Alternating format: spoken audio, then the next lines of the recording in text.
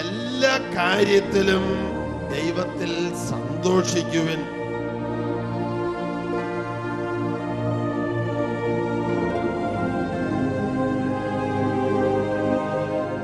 നിങ്ങൾ ആർക്കു വേണ്ടി ചോദിക്കുന്നുവോ ആ 10,000-ങ്ങൾക്ക് പരിശുദ്ധാത്മാവിന്റെ നിറവ് കൊടുക്കാൻ ദൈവം പദ്ധതിയിട്ടിരിക്കുന്നു. ഹല്ലേലൂയ.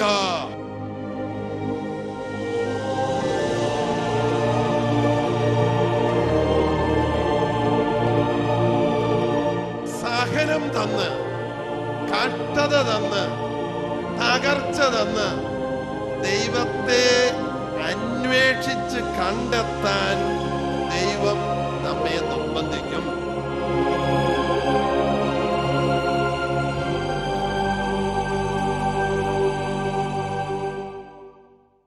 Hallelujah, hallelujah, hallelujah. ഇപ്പൊ ദൈവം അനന്ത സ്നേഹമാണെങ്കിൽ നമ്മൾ പ്രാർത്ഥിക്കുകയാണ്, ദൈവമേ, അനന്ത സ്നേഹമായ ദൈവമേ, കരുണയായിരിക്കണമേ. എത്ര പേരുടെ മേൽ? ജനകോടികളുടെ മേൽ കരുണയായിരിക്കണമേ. കരുണയായിരിക്കണമെന്ന് പറഞ്ഞാൽ പശ്ചാത്തപിക്കാത്തവരും വേണ്ടവണ്ണം ഒരുങ്ങാത്തവരും വേണ്ടവണ്ണം പ്രാർത്ഥിക്കാത്തവരുമായ ഒരുപാട് പേരുണ്ട്. അവരെല്ലാം പിടിച്ച് നരകത്തിലിടാൻ പറ്റില്ല ദൈവത്തിന്. അതുകൊണ്ട് യേശുവിന്റെ യോഗ്യതയാൽ അവർക്കൊരു സൗജന്യ പാപമോചനം കൊടുത്തേക്കണേ. യേശുവിന്റെ യോഗ്യതയാൽ സൗജന്യ പാപമോചനം കൊടുക്കണമേ. കർത്താവേ, കരുണയായിരിക്കണമേ. സൗജന്യ പാപമോചനം യേശുവിന്റെ യോഗ്യതയാൽ എന്ന് പറഞ്ഞാൽ എന്താണ്? യേശുവിന്റെ യോഗ്യത എന്താ? 1 യോഹന്നാൻ 2:2 അവൻ നമ്മുടെ പാപപരിഹാര ബലിയാണ്. നമ്മുടെ മാത്രമല്ല, ലോകം മുഴുവന്റെയും പാപങ്ങൾക്കുള്ള പരിഹാര ബലി. ഹല്ലേലൂയ, യേശുവേ നന്ദി. ഹല്ലേലൂയ, ഹല്ലേലൂയ, യേശുവേ നന്ദി. ദൈവത്തോട് നമ്മൾ പ്രാർത്ഥിക്കുന്ന പ്രാർത്ഥനകളില് ഏറ്റവും ശ്രേഷ്ഠമായ പ്രാർത്ഥനകളിൽ ഒന്നാണ് ദൈവമേ, കരുണയായിരിക്കണമേ. എത്ര പേരുടെ മേൽ? ജനകോടികളുടെ മേൽ എന്ന് വിശ്വാസത്തോടെ പറഞ്ഞാൽ ജനകോടികൾക്ക് കരുണ കിട്ടും. യേശുവിന്റെ യോഗ്യതയാൽ സൗജന്യ പാപമോചനം കിട്ടും. ജനകോടികളുടെ മേൽ കരുണയായിരിക്കണമേ. പാപം ക്ഷമിച്ച് പരിശുദ്ധാത്മാവ് കൊണ്ട് നിറയ്ക്കണമേ. ദൈവമക്കളാക്കണമേ. യേശുവിന്റെ സാക്ഷികളും പ്രേക്ഷിതരുമാക്കണമേ. ഇതായിരിക്കണം എല്ലാ പ്രാർത്ഥനയുടെയും ആത്യന്തിക ലക്ഷ്യം. ഇവർ പരിശുദ്ധാത്മാവ് കൊണ്ട് നിറയണം. ഇവർ യേശുവിന്റെ സാക്ഷികളും പ്രേക്ഷിതരും ആകണം. ഈശോ പറഞ്ഞു, എൻ്റെ നാമത്തിൽ പിതാവിനോട് ചോദിക്കുന്നത് ഒക്കെയും നിങ്ങൾക്ക് നൽകപ്പെടും എന്ന് പറഞ്ഞേ. എൻ്റെ നാമത്തിൽ പിതാവിനോട് ചോദിക്കുന്നത് ഒക്കെയും നിങ്ങൾക്ക് നൽകപ്പെടും. അത് യോഹന്നാൻ 16:23 24 പറയാണ്, ഇതുവരെ നിങ്ങൾ ഒന്നും എൻ്റെ നാമത്തിൽ ചോദിച്ചിട്ടില്ല എന്ന് പറഞ്ഞാൽ എന്താ അതിൻ്റെ അർത്ഥം? നമ്മൾ ചോദിച്ചതെല്ലാം 10 പൈസയ്ക്ക് വേണ്ടി ആയിരിക്കാൻ ഇടയുണ്ട്. കോടികൾ തരാൻ കഴിവുള്ളവനാണ് നമ്മുടെ ദൈവം. Praise the Lord. Hallelujah, hallelujah. Yesu രാജാതിരാജൻ, king of kings, Lord of lords ആയിരുന്നു. എന്നാൽ തന്റെ പരസ്യ ജീവിതകാലത്ത് യേശു പറയുന്നു, നരികൾക്ക് മാളമുണ്ട്, പറവകൾക്ക് ആകാശമുണ്ട്, മനുഷ്യപുത്രന് തല ചായ്ക്കാൻ ഇടമില്ല. യേശുവിന്റെ കണ്ണുകളിലൂടെ എന്ന ഒരു 3 വോളിയം പുസ്തകം സോഫിയ ബുക്സ്, ശാലോം പബ്ലിക്കേഷൻസിലുണ്ട്. യേശുവിന്റെ കണ്ണുകളിലൂടെ, through the eyes of Jesus എന്ന പുസ്തകത്തിന്റെ തർജ്ജമയാണത്. Price the Lord. അതിനകത്ത് കൊടുത്തിരിക്കുന്നത് മുഴുവൻ അലൻ അമിസ് എന്ന ഓസ്ട്രേലിയക്കാരന് ഈശോ ദർശനത്തിൽ കാണിച്ചു കൊടുത്തതാണ്. 12 ശിഷ്യന്മാരെ യേശു എങ്ങനെയാണ് പരിശീലിപ്പിച്ചത്? 3 കൊല്ലം കൂടെ കൊണ്ടുനടന്ന് പരിശീലിപ്പിച്ചു. Praise the Lord. ഈ 12 പേരില് 12 പേരെയും കൊണ്ട് ഈശോ പോകുമ്പോൾ അവർക്ക് പ്രബോധനം കൊടുത്തു, അവർക്ക് ജ്ഞാനം പകർന്നു കൊടുത്തു. അവര് ദരിദ്രരായിട്ട് ജീവിക്കാൻ പഠിപ്പിച്ചു. സ്വന്തമായിട്ട് ഭവനമില്ലായിരുന്നു പരസ്യ ജീവിതകാലത്ത്. പലപ്പോഴും ചുരുക്കം ചില അവസരങ്ങളിൽ ലാസറിൻ്റേത് പോലെയുള്ള ഭവനങ്ങളിൽ അവർ താമസിക്കും. ഏതാനും മാസം കഴിയുമ്പോൾ തിരിച്ച് അമ്മയുടെ അടുത്ത് പോയി അവിടെ 2-3 ദിവസം താമസിക്കും. അതിനുശേഷം വീണ്ടും മിഷണറി യാത്ര ആരംഭിക്കും. ഭൂരിപക്ഷം സമയവും അവര് കിടന്നുറങ്ങിയത് വഴിയരികിൽ മരത്തണലിൽ കിടന്നുറങ്ങും. അതിനും ഭക്ഷണം പാകം ചെയ്ത് കഴിക്കും. വൈകുന്നേരവും കാലത്തും ഭക്ഷണം പാകം ചെയ്യും. പലപ്പോഴും അവരെ ഉപവസിക്കാൻ യേശുനാഥൻ നിർബന്ധിച്ചിരുന്നു. പകുതി ഭക്ഷണം ഉപേക്ഷിച്ചിട്ടെങ്കിലും നിങ്ങൾ ഉപവസിക്കണം. ഉപവാസത്തിന് പിശാചിന്റെ മേൽ അധികാരമുണ്ട്. മറ്റ് രോഗങ്ങൾ സുഖപ്പെടുത്താനും അധികാരമുണ്ട്. പരിശുദ്ധാത്മാഭിഷേകം നിലനിൽക്കുവാനും കൃപ ചെയ്യാൻ സാധിക്കും. Hallelujah, hallelujah, hallelujah, hallelujah, hallelujah, hallelujah. ഈശോയും ശിഷ്യന്മാരും ഒന്നിച്ചുള്ള മിഷണറി യാത്രയിൽ അവരുടെ ഖജാൻജിയായിട്ട് പ്രവർത്തിച്ചിരുന്നത് യൂദാസാണ്. അതവൻ തട്ടിപ്പറിച്ചെടുത്തതാണ്. ആരെങ്കിലും എന്തെങ്കിലും സ്തോത്രകാഴ്ച കൊണ്ടുവന്ന് കൊടുക്കുമ്പോൾ ഈശോ പറയുമായിരുന്നു, അത് മത്തായിയുടെ കയ്യിൽ കൊടുത്തേക്കാൻ പറയും. മത്തായി മാനസാന്തരപ്പെടുന്നതിന് മുമ്പ് പല പ്രാവശ്യം രഹസ്യമായി ഈശോയുടെ വചനപ്രഘോഷണം കേൾക്കുമായിരുന്നു ഒളിച്ചിരുന്ന്. എന്നിട്ട് ദശാംശം കൊടുത്തു വിടുമായിരുന്നു. മാനസാന്തരപ്പെടുന്നതിന് മുമ്പ് തന്നെ പലപ്പോഴും ദശാംശം കൊടുത്തു വിടുമായിരുന്നു. അങ്ങനെ ദശാംശം കൊടുക്കുന്നവൻ കക്ക് കേലെന്ന് ഈശോയ്ക്ക് അറിയാവുന്നത് കൊണ്ട് ഈശോ പറഞ്ഞു, ആരെങ്കിലും സ്തോത്രക്കാഴ്ച കൊണ്ടു തന്നാൽ അവൻ്റെ കൊടുത്തരേ, അത് പാവങ്ങൾക്ക് വീതം വെച്ച് കൊടുക്കാനുള്ളതാണ്. Price the Lord. അപ്പോൾ പലപ്പോഴും യൂദാസിനെ ശിഷ്യന്മാര് ഏതെങ്കിലും വീട്ടിൽ ചെല്ലുമ്പോൾ പെട്ടെന്ന് അപ്രത്യക്ഷമാകും. അവർ കണ്ടുപിടിച്ചിട്ടുണ്ട് ഇവൻ കക്കാൻ വേണ്ടി പോകുന്നതാണ് എവിടുന്നെങ്കിലും. പലപ്പോഴും തൊണ്ടി സഹിതം പിടിച്ച് ഈശോയുടെ അടുത്ത് കൊണ്ടുവന്നിട്ടുണ്ട്.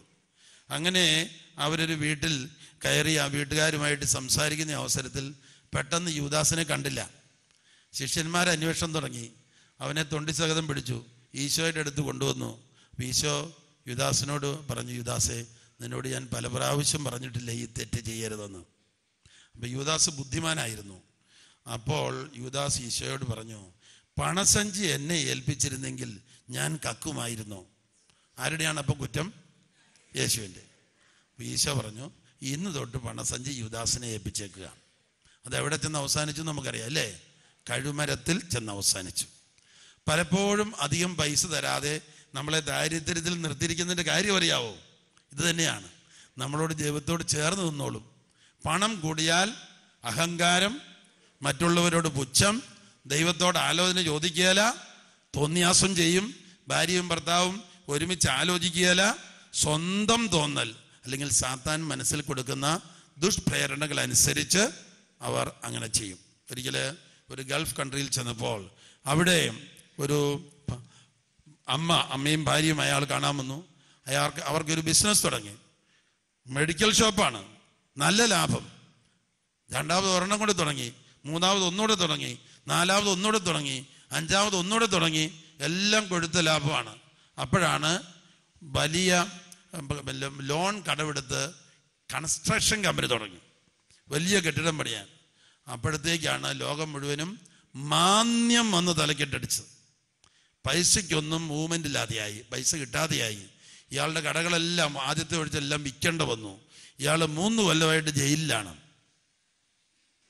അപ്പോൾ ഞാൻ ആ സ്ത്രീയോട് ചോദിച്ചു, ഒരു കട കഴിഞ്ഞ് രണ്ടാമത്തെ തുടങ്ങുന്ന അവസരത്തിൽ ഭർത്താവും നീയും കൂടി ഒന്നിച്ചിരുന്ന് പ്രാർത്ഥിക്കുകയോ ആലോചിക്കുകയോ എല്ലാം ചെയ്തിട്ടുണ്ടോ? ഞാൻ എന്തെങ്കിലും പറഞ്ഞാൽ പറയും, നീ പൊടി, അതാണ് ആലോചന.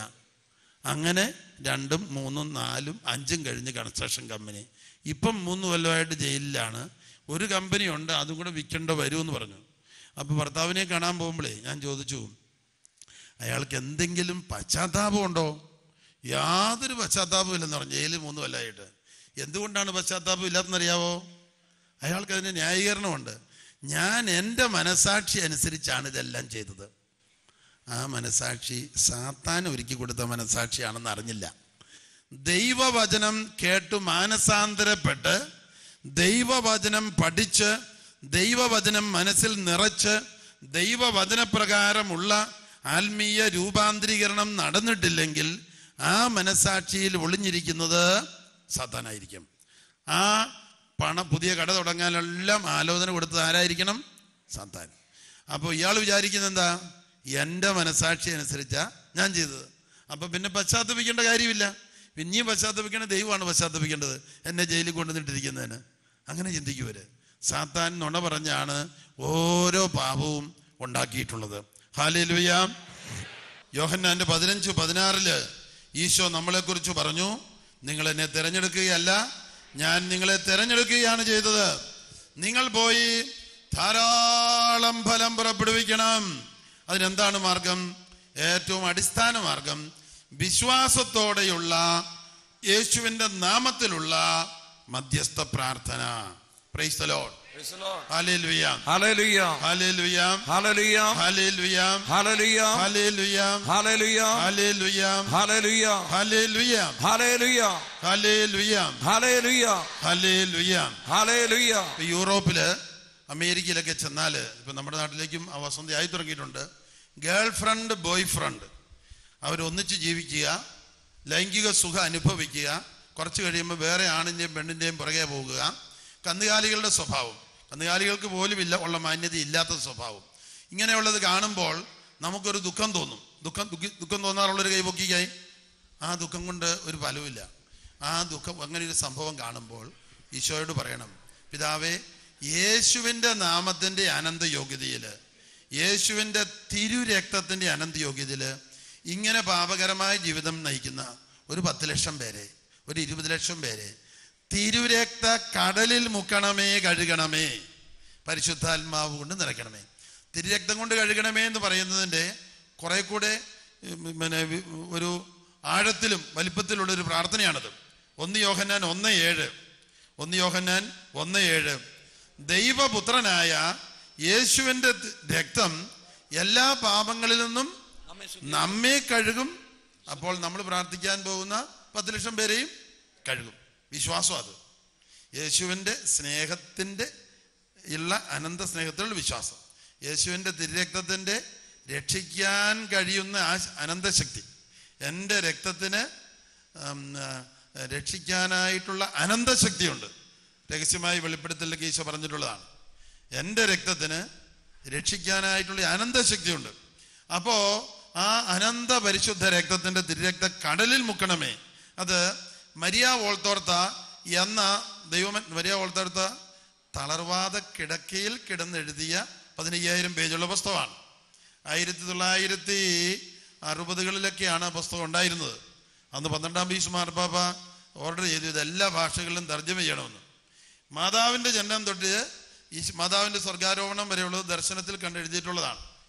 ആ ദർശന പുസ്തകത്തിൽ അത് 16 ഓളിയായിട്ട് മലയാളത്തിൽ തർജ്ജമ ചെയ്തിട്ടുണ്ട്. ആ ദൈവമനുഷ്യന്റെ സ്നേഹഗീത എന്ന പുസ്തകത്തിൽ ഈശോ പറയുന്നുണ്ട്, എൻ്റെ തിരുരക്ത കടലിൽ അവരെ മുക്കണമേ, കഴുകണമേ എന്ന് പ്രാർത്ഥിക്കുക. അത് 1 ലക്ഷമാകാം, 10 ലക്ഷമാകാം, 20 ലക്ഷമാകാം. പറയുന്ന നമ്പർ മറന്നു പോകാതെ ഒരു കടലാസിൽ എഴുതി വെച്ചേക്കണം മേശപ്പുറത്ത്. 10 ലക്ഷം ഭീകരപ്രവർത്തകരെ, മതതീവ്രവാദികളെ, രാഷ്ട്രീയ തീവ്രവാദികളെ തിരുരക്ത കടലിൽ മുക്കണമേ, കഴുകണമേ, പൊതിയണമേ. ഇപ്പൊ നിങ്ങൾ കേൾക്കാറുണ്ട് കണ്ണൂരും കാസർഗോഡും ഒക്കെ കൊലപാതകങ്ങൾ കുറഞ്ഞു എന്ന്. അത് ഈ പ്രാർത്ഥന വഴിയാ. തിരുരക്ത കടലിൽ അവരെ മുക്കണമേ, കഴുകണമേ, പൊതിയണമേ. ചുമ്മാ അങ്ങനെ കൊലപാതകമൊന്നും കുറയല്ല. കാരണം സാത്താനാണ് അത് ഉൽപ്പാദിപ്പിക്കുന്നത്.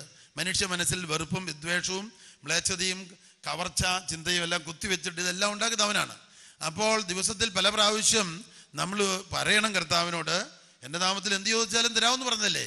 അപ്പം ഈശോയുടെ നാമത്തിൻ്റെ അനന്ത യോഗ്യതയിൽ 10 ലക്ഷം, 20 ലക്ഷം മ്ലേച്ഛത പ്രവർത്തിക്കുന്നവർ, വ്യഭിചാരത്തിലേക്ക് മറ്റുള്ളവരെ നയിക്കുന്നവർ, റേപ്പ് മുതലായ പാപം ചെയ്യുന്നവരും അത് പ്രചരിപ്പിക്കുന്നവരും.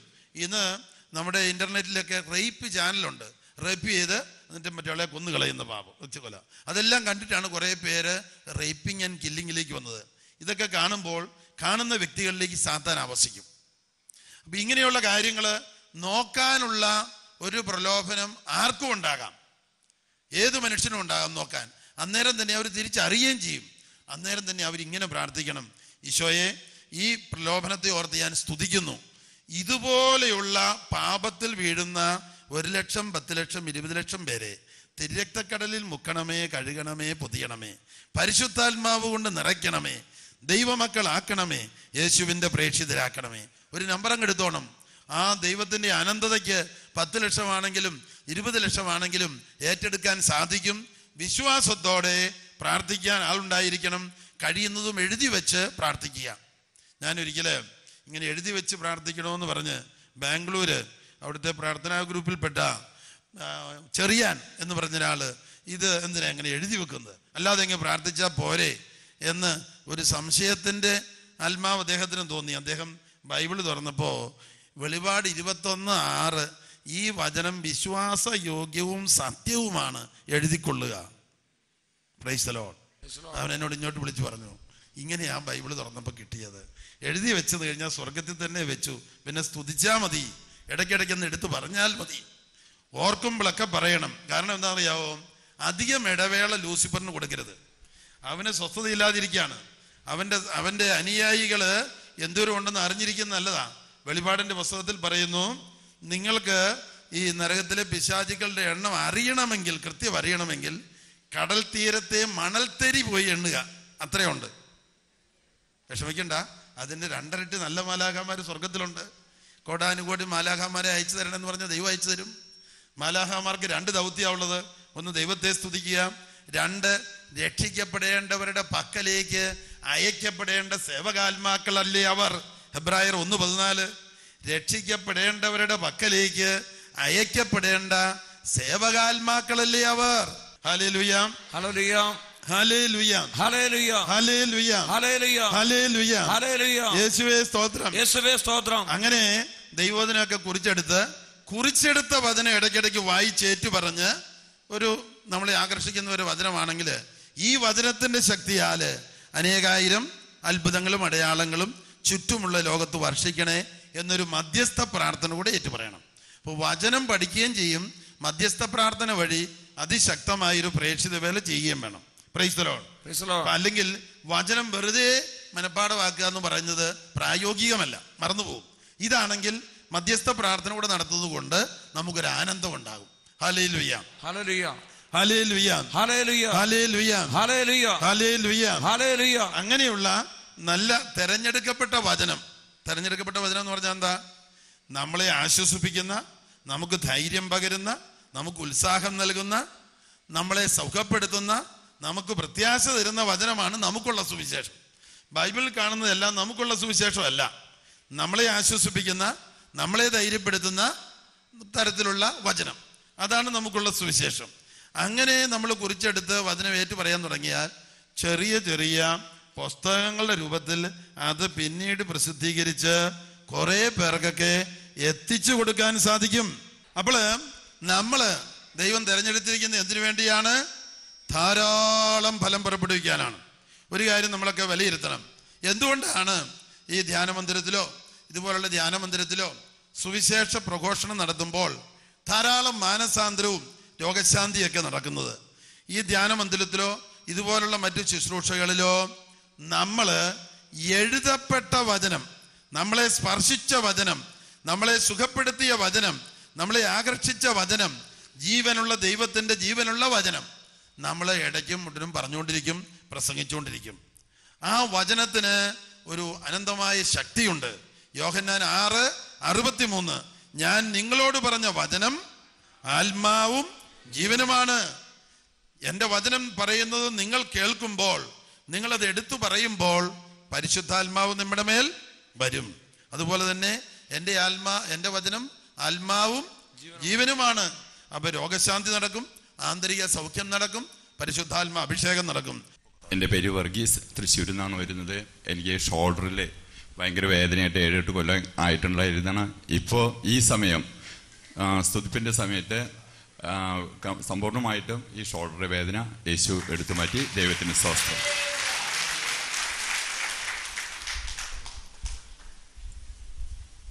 എൻ്റെ പേര് ശിവരാമൻ, കാട്ടൂര്, നനക്കുട കാട്ടൂരാണ്. ഇപ്പോൾ ഈ സ്തുതിപ്പിൻ്റെ സമയത്ത് എനിക്ക് 2 വർഷമായി വീണിട്ട് എളിക്ക് വേദന ഉണ്ടായിരുന്നു. അതുപോലെ തന്നെ തൊണ്ടയിൽ കഫത്തിൻ്റെ കംപ്ലൈൻറ്റും ശിരസിൽ നിന്ന് ഇങ്ങനെ കഫം ഇറങ്ങുന്നതായതുകൊണ്ട് അതിപ്പോൾ സ്തുതിപ്പിൻ്റെ സമയത്ത് സുഖമായി. എൻ്റെ പേര് ബാബു, ഞാൻ തൃശ്ശൂർ ചേലക്കരന്ന് വരുന്നു. എനിക്ക് 10 കൊല്ലമായിട്ട് നടുവേദന ഉണ്ടായിരുന്നതാണ്. ഇവിടെ സ്തുതിപ്പിൻ്റെ സമയത്ത് പ്രത്യേക ഒരു ശക്തി പോലെ നമുക്ക് കിട്ടിയ രോഗശാന്തിയും അത്ഭുതങ്ങളും പരിശുദ്ധാത്മാ അഭിഷേകവും നഷ്ടപ്പെടുന്നത് എങ്ങനെയായിരിക്കാം? ശത്രു പയ്യെ നുഴഞ്ഞു കയറും, മറ്റുള്ളവരുടെ കുറ്റം ഓർപ്പിച്ചു തരും. അപ്പോൾ കുറച്ച് പ്രാവശ്യം ഇങ്ങനെ തുടരെ ഓർപ്പിക്കുമ്പം അത് ശരിയാണല്ലോ എന്ന് നമ്മൾ സാത്താനോട് ചേർന്ന് പറയാൻ തുടങ്ങും. കുറ്റം വിധിക്കരുത് എന്നുള്ള വചനം അവൻ മറപ്പിക്കും. അപ്പം കുറ്റം വിധിയിലൂടെ പല പ്രാവശ്യമായിട്ട് കുറ്റം വിധിച്ച് വെറുപ്പുണ്ടാവും. അപ്പോൾ വെറുപ്പ് വരുമ്പോൾ പരിശുദ്ധാത്മാവിനോട് ഇരിക്കാൻ പറ്റിയല്ല. അപ്പോൾ സാത്താന് കുശാലായി. അവൻ വന്നിരിക്കുകയും അവൻ്റെ കൂട്ടാളികൾ അനേകം പേരെ കൂട്ടിക്കൊണ്ടുവരികയും ചെയ്യും. അങ്ങനെ നമ്മുടെ തല സാത്താൻ്റെ ഇരിപ്പിടമായി മാറും. എങ്ങനെ? കുറ്റം വിധി, അല്ലെങ്കിൽ മറ്റ് പാപ സന്തോഷങ്ങളിലേക്കുള്ള എത്തിനോട്ടം, അതിൻ്റെ എല്ലാം പ്രലോഭനം വരുമ്പോഴേ തിരിച്ചറിയുക, അന്നേരം സ്തുതിക്കുക, പിന്നെ ഓർക്കുമ്പോൾ സ്തുതിക്കുക. ഈ ബലഹീനത ഓർത്ത് ഞാൻ സ്തുതിക്കുന്നു. ഇതുപോലെയുള്ള അനേക ലക്ഷം പേരെ ഓർത്തും സ്തുതിക്കുന്നു. തിരുരക്ത കടലിൽ ഞങ്ങളെയും അവരെയും മുക്കണമേ, കഴുകണമേ, പരിശുദ്ധാത്മാവ് കൊണ്ട് നിറയ്ക്കണമേ. അപ്പോൾ കാര്യങ്ങൾക്ക് മാറ്റം വരും. സാധാരണ മനസ്സിലാവും. ഈ ചേട്ടത്തിയുടെ അടുത്തുനിന്ന് പോയില്ലെങ്കിൽ അനേക ലക്ഷം പേരുടെ അടുത്തുനിന്ന് പോകേണ്ടി വരും. ചേട്ടത്തി അനേക ലക്ഷം പേർക്ക് വേണ്ടി പ്രാർത്ഥിക്കുന്നു. 10 ലക്ഷം 20 ലക്ഷത്തിനും വേണ്ടി പ്രാർത്ഥിക്കാൻ ഇടയുണ്ട്. ഉള്ള നേരത്തെ സ്ഥലം വിട്ടാൽ സ്വന്തം രാജ്യം നശിക്കുകയില്ല. അങ്ങനെയാണ് മധ്യസ്ഥം വഹിക്കുന്നവരുടെ അടുത്തുനിന്ന് സാത്താൻ പോകുന്നത്. Price the Lord. മദ്യപാനം മാറാൻ പ്രാർത്ഥിക്കുന്നുണ്ടോ? കൈപൊക്കിയേ. വലിയ പൊട്ടത്തരാ അത്. മദ്യപാനമാകുന്ന സഹനത്തെ ഓർത്ത് സ്തുതിക്കുന്നു എന്ന് പറയണം. ഇതിൻ്റെ 10,000 മടങ്ങ് കുടിച്ചു തരി പറഞ്ഞാലും ഞാൻ സ്തുതിക്കുകയുള്ളൂ, ദുഃഖിക്കാലെന്ന് പറയണം. സാത്താൻ ഭർത്താവിൽ മദ്യപാനവും ഭാര്യയിൽ ദുഃഖപാനവും വെക്കും. ദുഃഖപ്പിശാച്, നിരാശയുടെ പിശാച്, ആത്മഹത്യയുടെ പിശാച്. അപ്പം ഒരു കുടുംബത്തിൽ അപ്പനും പിശാച്, അമ്മയ്ക്കും പിശാച്. അപ്പന് മദ്യപാന പിശാച്, അമ്മയ്ക്ക് ദുഃഖപ്പിശാച്, പരാതി പിശാച്, നിരാശയുടെ പിശാച്. അപ്പം നമ്മളിങ്ങനെ പറയണം, ഇതിൻ്റെ 10,000 മടങ്ങ് കുടിച്ചു തരി പറഞ്ഞാലും ഞാൻ സ്തുതിക്കുകയുള്ളൂ. പുള്ളിയുടെ കേൾക്കലല്ല പറയേണ്ടത്, ഒറ്റയ്ക്ക് പോയിരുന്ന് ദൈവം മാത്രം കേട്ടാൽ മതി. ഞാൻ നന്ദി പറയും. ഇതുപോലെയുള്ള 1 ലക്ഷം 2 ലക്ഷം മദ്യപാനികൾക്ക് വേണ്ടി ഞാൻ പ്രാർത്ഥിക്കും. തിരുരക്തക്കടലിൽ അവരെ മുക്കണമേ, കഴുകണമേ, പൊതിയണമേ, പരിശുദ്ധാത്മാവ് കൊണ്ട് നിറയ്ക്കണമേ, യേശുവിൻ്റെ പ്രേക്ഷിതരാക്കണമേ. എപ്പോഴൊക്കെ പ്രാർത്ഥിക്കണം? ഓർക്കുമ്പോഴൊക്കെ പ്രാർത്ഥിക്കണം. ഇത് യുദ്ധം പോലെയാണ്. നമ്മൾ യുദ്ധം ചെയ്യുമ്പോൾ, പാകിസ്ഥാനുമായിട്ട് യുദ്ധം ചെയ്യുമ്പോൾ കാലത്തൊരു വെടി, ഉച്ചയ്ക്കൊരു വെടി, വൈകുന്നേരം ഒരു വെടി, നാളെ കാലത്തൊരു വെടി, അങ്ങനെയാണ് വെടി വെക്കുന്നത്. ശത്രു തോറ്റോടുന്നത് വരെ യുദ്ധം ചെയ്യണം.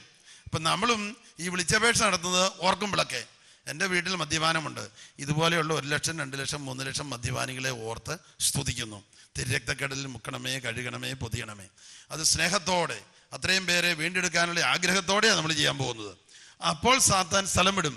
അങ്ങനെയാണ് മധ്യസ്ഥ പ്രാർത്ഥന വഴി പിശാചി സ്ഥലം വിടുന്നത്. നമുക്ക് ഏത് തകർച്ചയുണ്ടോ അത് ഓർത്ത് ദുഃഖിക്കാതെ സ്തുതിച്ച് ഇതുപോലെയുള്ള തകർച്ചയുള്ള അനേകായിരങ്ങൾക്ക് വേണ്ടി പ്രാർത്ഥിക്കുക, സ്തുതിക്കുക. അനേകായിരങ്ങളുടെ രോഗം സുഖപ്പെടുത്തണമെന്നാണോ? നമുക്ക് രോഗമുണ്ട്, അതുകൊണ്ട് അനേകായിരം രോഗികളെ സുഖപ്പെടുത്തണമെന്നാണോ പ്രാർത്ഥിക്കേണ്ടത്? അത് ദൈവത്തിനറിയാം സുഖപ്പെടുത്താൻ. നമ്മുടെ ശുപാർശ ആവശ്യമില്ല. നമ്മൾ പ്രാർത്ഥിക്കേണ്ടത് അവരും നമ്മളും പ്രാർത്ഥിക്കാത്ത കാര്യത്തിന് വേണ്ടിയാ. ഒന്ന് കരുണയായിരിക്കണമേ, സൗജന്യ പാപമോചനം. തിരുരക്തത്താൽ കഴുകണമേ, പരിശുദ്ധാത്മാവ് കൊണ്ട് നിറയ്ക്കണമേ. ഇത് കഴിഞ്ഞിട്ട് വേണമെങ്കിൽ പറയാം, യേശുവിൻ്റെ നാമത്തിൽ അത്ഭുതങ്ങളും അടയാളങ്ങളും രോഗശാന്തികളും വർഷിക്കണേ. യേശുവിൻ്റെ നാമത്തിൽ എന്ന് പറയുമ്പോൾ ഒരു വാക്കൂടെ കൂട്ടിച്ചേർക്കുന്ന പറയുന്നല്ലതാ. യേശുവിൻ്റെ നാമത്തിൻ്റെ അനന്ത യോഗ്യതയും. ഇവിടെയുള്ള മത്തായിയുടെ നാമം പോലെയാണോ യേശുവിൻ്റെ നാമം? മറിയാമ്മയുടെ നാമം പോലെയാണോ? അപ്പം എടുത്തു പറയണം, യേശുവിൻ്റെ നാമം എന്ന് പറയണം. യേശുവിൻ്റെ നാമത്തിൻ്റെ അനന്ത യോഗ്യതയിൽ. അപ്പം നമ്മുടെ വിശ്വാസം വർദ്ധിക്കും. Price the Lord. Hallelujah, hallelujah, hallelujah. കുരിശിൽ കിടന്നുകൊണ്ട് യേശു 7 വചനങ്ങൾ പറഞ്ഞു. ഏറ്റവും ആദ്യത്തേത് ഏതാണ്? പിതാവേ, ഇവർ ചെയ്യുന്നത് എന്താണെന്ന് ഇവരറിയുന്നില്ല എന്ന് പറഞ്ഞാൽ അതിൻ്റെ അർത്ഥം എന്താണ്? യേശുവിൻ്റെ എല്ലാ പ്രാർത്ഥനയ്ക്കും അനന്തതയുടെ സ്വഭാവമുള്ളതാ. ഇറ്റേണൽ പ്രയറാ. നമുക്ക് എല്ലാവർക്കും വേണ്ടിയുള്ളത്. ആ പ്രാർത്ഥന കുരിശേ കിടന്നുകൊണ്ട് പ്രാർത്ഥിച്ച അന്തരീക്ഷത്തിൽ ഇപ്പോഴും ഉണ്ട്. പിതാവേ, ഇവർ ചെയ്യുന്നത് എന്താണെന്ന് ഇവര് അറിയുന്നില്ല, ഇവരെ ശിക്ഷിക്കരുതേ, ഇവർക്ക് വേണ്ടി ഇവരുടെ പാപത്തിന്റെ ശിക്ഷ ഞാൻ ഏറ്റെടുത്തതല്ലേ, ഇവരെ രക്ഷിക്കണമേ. അതാ ഈശോയുടെ ഇറ്റേണൽ കരുണയ്ക്ക് വേണ്ടിയുള്ള പ്രാർത്ഥന. നമ്മളും പ്രാർത്ഥിക്കേണ്ടത് യേശുവിനോട് ചേർന്നാണ്. 2000 കൊല്ലമായിട്ട് മരിച്ചുയർത്ത കർത്താവ് ചെയ്യുന്നത് എന്താണ്? പിതാവിൻ്റെ വലത്തുഭാഗത്തിരുന്ന് മധ്യസ്ഥം വഹിക്കുക. എന്തുകൊണ്ടത്? യേശു എല്ലാ അനുസരണത്തും കീഴിലാണ് ചെയ്തിട്ടുള്ളത്. പിതാവ് മരിച്ചുയർത്ത യേശുവിനോട് അരുളി ചെയ്തു. എന്തരുളി ചെയ്തു? നീ എൻ്റെ വലത്തുഭാഗത്തിരുന്ന് മധ്യസ്ഥം വഹിച്ചാൽ മതി, ഇനി കുരിശേ തൂങ്ങി മരിക്കാനൊന്നും പോണ്ട. ഇതാ നമ്മളോടും പറയുന്നത്. നിങ്ങൾ ആരും ഇനി കുരിശേ തൂങ്ങി മരിക്കാൻ പോണ്ട. ദൈവപുത്രൻ മരിച്ചു കഴിഞ്ഞു. ഇനി ആ പുത്രനോട് ചേർന്ന് മധ്യസ്ഥം വഹിച്ചാൽ മതി. നീ എൻ്റെ വലത്തുഭാഗത്തിരിക്കുക.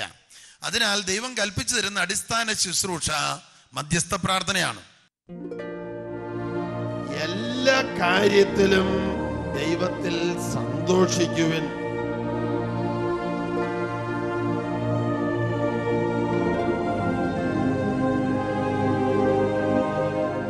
നിങ്ങൾ ആർക്കു വേണ്ടി ചോദിക്കുന്നുവോ ആ 10,000-ങ്ങൾക്ക് പരിശുദ്ധാത്മാവിന്റെ നിറവ് കൊടുക്കാൻ ദൈവം പദ്ധതിയിട്ടിരിക്കുന്നു. ഹല്ലേലൂയ.